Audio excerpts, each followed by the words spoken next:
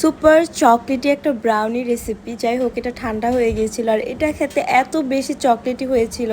তো এটার রেসিপি আজকে শেয়ার করব। ফার্স্টে আমার বাটার লাগবে, চকলেট গ্রেট করে এটাকে আমি মেল্ট করে নিয়েছি। অবশ্যই ডাবল বয়লার মেল্ট করে নিতে হবে। দেন এটার মধ্যে আমি পরিমাণ মতো চিনি অ্যাড করলাম।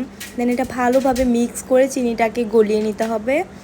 এর মধ্যে আমি কোকো পাউডার ইউজ করব। এটা মালয়েশিয়ান ব্র্যান্ডের একটা কোকো পাউডার ছিল।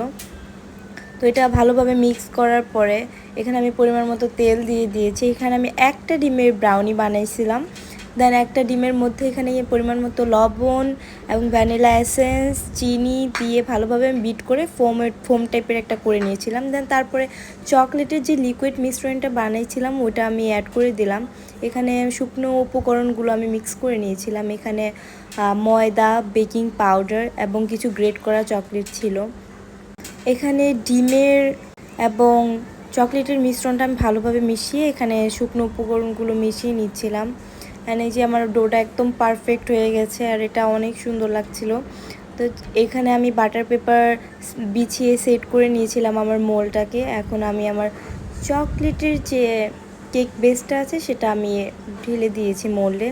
অ্যান্ড মাশাআল্লাহ এটা অনেক সুন্দর হয়েছিল। দেন আমার ওভেনটা প্রিহিট করা ছিল, এটার মধ্যে আমি এখন দিয়ে দিলাম ওভেনে। And yes, thanks for watching.